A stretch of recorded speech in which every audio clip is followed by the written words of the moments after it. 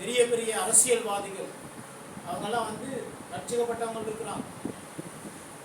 அவங்க காலையிலேயே முதல் நாள் நைட்டே வெஹிக்கிளுக்கு டீசல் பெட்ரோல்லாம் அடித்து டிரைவரோட கொண்டு வந்து சபையில் கொடுத்துட்டு போவாங்க.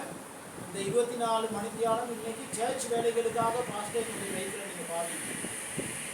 அந்த சர்ச்சில் பிரசங்கம் பண்ணிவிட்டு அடுத்த சர்ச்சுக்கு போகக்குள்ள ஒரு வெஹிக்கிளில் நாங்கள் போனோம். போகக்குள்ள டிரைவர்கிட்ட நான் கேட்டேன், இந்த மாதிரி வெஹிக்கிளில் அன்றைக்கி தான் முதல்ல உட்காந்து ஒரு 10 நிமிஷம் போக திரும்ப பழைய நிலைமைக்கு அந்த சீட்டு வருது. அவ்வளோ கம்ஃபர்டபுளானது. அவங்க எல்லாம் விசாரித்து பார்க்கல சொல்கிறாரு, என்னுடைய இந்த வாகனத்துக்கு சொந்தக்காரர் பாஸ்டர், அவர் ஒரு அச்சிக்கப்பட்டவர், அவர் வந்து ஒரு முக்கியமான பதவியில் இருக்கிறாரு, ஆனால் அவர் அர்ப்பணிச்சிருக்காரு 24 மணித்தியாலமும் ஊழியத்துக்குன்னு சொல்லி இதை கொடுக்குது. எனக்கு சம்பளம் வாகனத்துக்கு எல்லாம் அவரே தான் டீசல் பெட்ரோல் அடிக்கிறாரு. திரும்ப அடுத்த நாள் நைட் 12 மணிக்கு கொண்டு போயிடுது. 24 மணித்தியாலம் ஆசீர்வதிக்கப்பட்டிருக்கிறாங்க ஜனங்கள்.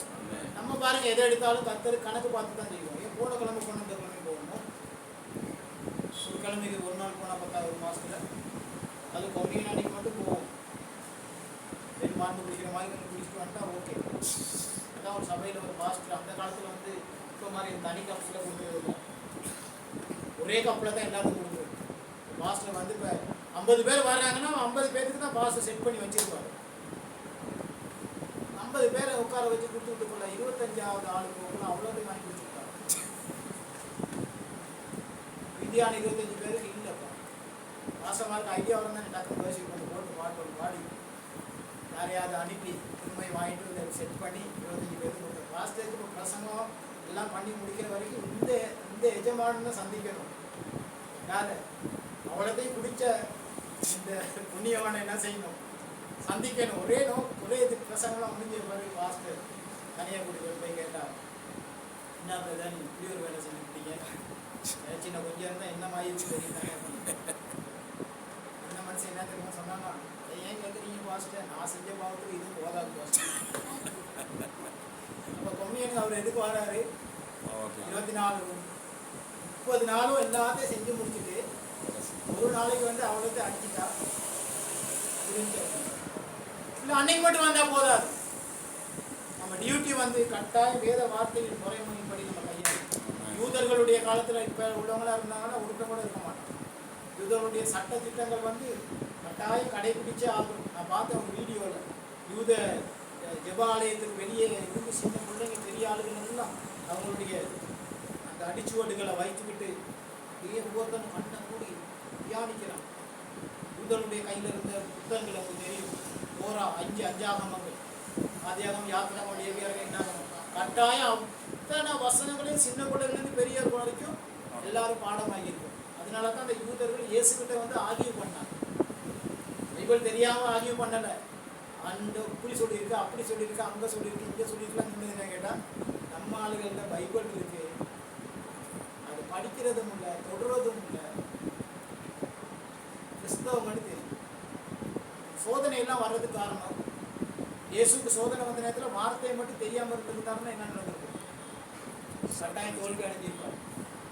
வார்த்தைகள் நமக்கு முக்கியம். அதனால் எனக்கு அன்பானவர்களே, முதலாவது சோதனை கர்த்தரால் நியமிக்கப்படுகிற சோதனை நல்ல நோக்கத்துக்காக நம்ம நன்மையை செய்து கர்த்தருக்கு உண்மையாக வாழ்ந்து சரியான மாதிரி வாழ்க்கை வாழ்ந்து ஒரு வார்த்தையில் கூட தவறாமல் நடந்து ஏதாவது நமக்கு பிரச்சனை, வேதனை, கவலைகள், கண்ணீர்கள், கஷ்டங்கள் வருகிறதா யோசித்துக் கொள்ளுங்க. தாமதித்தாலும் லேட்டஸ்டாக வரும். பெரிய பிளஸ்ஸிங்கை கர்த்தர் நமக்கு வைத்திருக்கிற வேறு குறுக்கு வழிகளை நம்மோடு யோசிக்க தேவையில்லை. இன்னைக்கு மனுஷன் வந்து ஜீவிக்கிறதுக்கு பல வழிகளை தேடலாம், ஆனாலும் உண்மையான வழி வந்து கர்த்தரிடத்திலிருந்து வர வழி. அதனால தான் யோபு சொன்னார், தேவரே நீ செய்ய நினைத்தது ஒருபோது தடைப்படாது. இந்த இடத்துல உட்கார்ந்துருக்கிற உங்களுக்கு யாவருக்கும், கேட்டுக்கொண்ட யாவருக்கும், அதே போல பிரசங்கிக்கிற எனக்கும் கர்த்தர் நியமித்த காரியங்களை யாரும் என்ன செய்ய முடியாது, தடை பண்ண முடியாது. பாஸ்டர் இங்கே இருக்கலாம், நாளைக்கு இதை விட பெரிய ஒரு இடத்துக்கு போகலாம். கர்த்தர் நியமிச்சிருந்தாருன்னா அது யாரும் தடுத்து நிறுத்தல. நான் இப்படி இருக்கிறேன், இதை விட பெரிய ஒரு இடத்துக்கு போகலாம், வெளிநாட்டில் கூட போயிட்டு செட்டில் ஆகலாம். அவர் நியமித்து இருந்தாருன்னா யாருமே அதை தடை செய்ய முடியாது. ஆனால் அதை விட நாங்கள் தடுமாறிக்கிட்டு இருந்தோம்னா ஒன்றுமே நம்ம வாழ்க்கையில் நடக்கிறார். அதனால் ஒரு சில சோதனைகள், ஆபிரகாமை நினைத்துக் கொள்ளுங்கள், யோபுவை நினைத்துக் கொள்ளுங்கள், இயேசு கிறிஸ்துவை நினைத்துக் கொள்ளுங்கள். இவங்கெல்லாம் நல்ல நீதிமான்களாக இருக்குதான். யோபு நீதிமானும் சன்மார்களும் தேவனுக்கு பயந்து பொல்லாப்பு கொள்ளுகிறவன். அதே போல் ஆபிரகாம் எடுத்துக்கிட்டாலும் கர்த்தருடைய பயத்துல விசுவாசத்துல உண்மையா இருந்தோம். இயேசு கிறிஸ்து அப்படிதான் எந்த விதமான பாவம் செய்யாதவங்க. இவங்களுக்கெல்லாம் சோதனை வந்துச்சு. காரணம் என்னன்னு கேட்டா, இதெல்லாம் நல்ல நோக்கத்துக்காக நம்முடைய வாழ்க்கையில ஒரு சேஞ்ச், ஒரு திருப்பத்தை, ஒரு சாட்சியை உண்டாக்குறதுக்காக தான். நம்ம பாருங்க, வாசனைக்கு சாட்சி சொல்லுவோம் அப்படின்னு சொன்னால் ஒருத்தர் சாட்சி இல்லை. இதான் தானே சொல்றது. மனசுல நீங்க நினைச்சுக்கலாம், சாட்சி சொல்றது இல்லை, சாட்சியா ஜீவிப்பதே நானும், அதனால நான் இன்னைக்கு சாட்சி சொல்ல முடியும். சாட்சி நமக்குள்ளாக வாரது சும்மா சிம்பிள் சாட்சி இல்லை, ரியல் சாட்சி வர்றதா இருந்தா நமக்கு நல்ல நிலைமையிலிருந்து நமக்கு வர்ற சோதனையிலிருந்து வின் பண்ணி ஜெயம் பெற்று வெற்றி பெற்றோம்னா அதை நாங்கள் என்ன செய்யலாம், சாட்சியாக சொல்றதுக்கு. ரெண்டாவது, நமக்கு நாங்கள் சோதனைகளை நாங்களே என்ன செய்யக்கூடாது, இழுத்து கொள்ளக்கூடாது. இன்னைக்கு அநேகர் ஆலோசனை கேட்பதும் ரட்சிக்கப்படாத மனிதர்களிடத்துல ஆலோசனை கேட்பதும் குடிக்கிற ஒருத்தன் போயிட்டு ஆலோசனை கேட்பாங்க. ஏன்னா மாமா, தாய் மாமன், அவர் என்ன ஆலோசனை கொடுப்பார் யோசிச்சு பார்ப்போம். நாங்களே ஒரு சில விஷயங்களை இழுத்து சிக்குண்டு சோதிக்கப்பட கூடாது. இதெல்லாம் நான் சொன்னேன், வானத்துக்கு கீழே வந்து மழைக்கு பெய்ந்தா சரி வராது. இன்னொரு பக்கத்துல போனா, வீட்டை விட்டு வெளியே போகிற மழை தூண்டிச்சுன்னா கொடை எடுக்காம போனா நமக்கு இல்லை. இடையில போயிட்டு மாட்டுறது அது நமக்கு பிரச்சனை. இங்க குடையை வச்சுட்டு வீட்டுல இருந்து ஸ்டார்ட் பண்ண போகலையே குடை இல்லாம போனோம்னு என்ன நடக்கும், காய்ச்சல் தான், டெங்கு வரும், ஏதாவது ஒரு காய்ச்சல் வரும். நம்மளே நாங்க என்ன செய்யறது, எங்களுக்கு இழுத்துக்கொள்ளும். பைக்ல போகலாம், நம்ம ஹெல்மெட் இல்லாமல் போனோம்னா நமக்கு நம்மளே இழுத்துக்கிறது. அந்த ஒரு நம்ம ஃபாதர் அப்படின்னா ஃபாதர் நமக்கு இது கேட்பான். ஃபாதர் தானே அவன் நினைச்சுவா, தகப்பை நினைச்சுக்குவான்.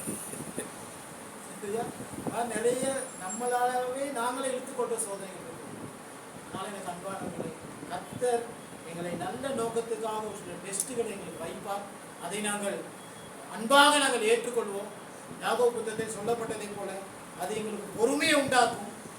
அதே போல மிகுந்த சந்தோஷம் உள்ளவர்களாகவும் எங்களை என்ன செய்யும், மாற்றும். நிறைய காரியங்கள் கர்த்தர் அந்த சோதனை மூலமாக நமக்கு வெற்றியை தருவார். அதே போல நம்மளே நாங்கள் எங்களுக்காக நாங்கள் இழுத்துக்கொள்கிற சோதனையிலிருந்து விடுபடுவதற்கு நாங்கள் மனம் திரும்ப வேண்டியதாக மனம் திரும்பி நான் இந்த விதமான ஒரு வேலையை செஞ்சுட்டேன், அதனால தான் எனக்கு இப்படி ஒன்று நடந்திருக்கு, நான் இப்படி ஒன்று செஞ்சேன், அதனால தான் எனக்கு இப்படி நடந்தது. போன கிழமையில நாங்கள் தசம பாகம்லாம் சேர்த்து வச்சு ஒரு பாஸ்டருக்கு கொடுக்குறதுக்கு நானும் வைஃபும் பிளான் பண்ணேன். அவருக்கு ஃபோன் பண்ணி அது ஒரு வருஷமாக சேர்க்கணும். பிளான் பண்ணி அவர்கிட்ட கால் பண்ணுற நேரம் எல்லாம் அதுக்கு அவர் அக்கௌண்ட் நம்பர் கொடுக்குற மாதிரியே இல்லை. அவங்க என்ன விசுவாசம் தந்தையோ என்னன்னு ஒன்றும் தெரியும்.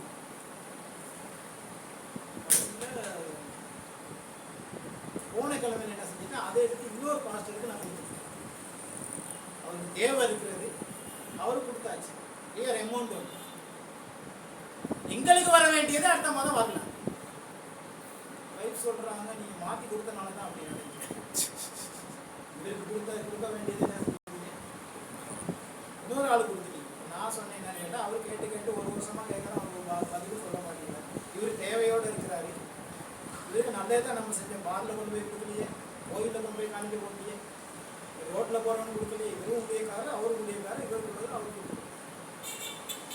நல்ல நோக்கத்துக்காக செஞ்சதுனால எனக்கு தெரியும், அதை டபுள் ஆக்கி கர்த்தர் என்ன செய்வார், அடங்கி போன வழியை என்ன செய்வார், திரும்ப புதுப்பிச்சு கர்த்தர் கொண்டு ஒரு வருஷத்துல ஒரு இப்போ கொடுக்காத அதை டபுள் ஆக்கி திரும்ப கொடுப்பான். இந்த மாதிரி நமக்கு ஒரு சில சோதனைகள் நமக்கு நல்லதை செஞ்சிட்டோம்னா யோசிக்க வேண்டிய அவசியம் இல்லை. கர்த்தர் அதை பார்க்கணும். நம்மளே ஏதாவது ஒன்று செஞ்சிட்டோம்னா, நம்மளே தசம பாகத்தை போடாமல் விட்டோம்னா நாங்களாவே இருக்கிற சோதனை. ஒன்றுமே நம்ம விதைக்காம ஒரு நாளும் அறுவடை. எனக்கெல்லாம் விதைக்கிறதின் மூலமாக தான் நாளாக ஜீவிக்கிறேன். இதைதான் முளைக்கிறது. உங்களுடைய வாழ்க்கையில் நீங்களே எதையுமே இழுத்து கொள்ளாதபடிக்கு கர்த்தர் இடத்துல ஞானத்தை கேட்டு வெளியில புத்தியை கேட்டு உங்களை நீங்கள் காப்பாற்றி கொண்டீர்கள்னு சொன்னார், இல்லாவிட்டால் மனம் திருப்பி விட்டீர்கள்னு சொன்னார், ஆண்டவர் உங்களை ஆசீர்வதிப்பார். அப்படின்னா நாங்கள் எல்லாரும் எழுந்து கடைசியாக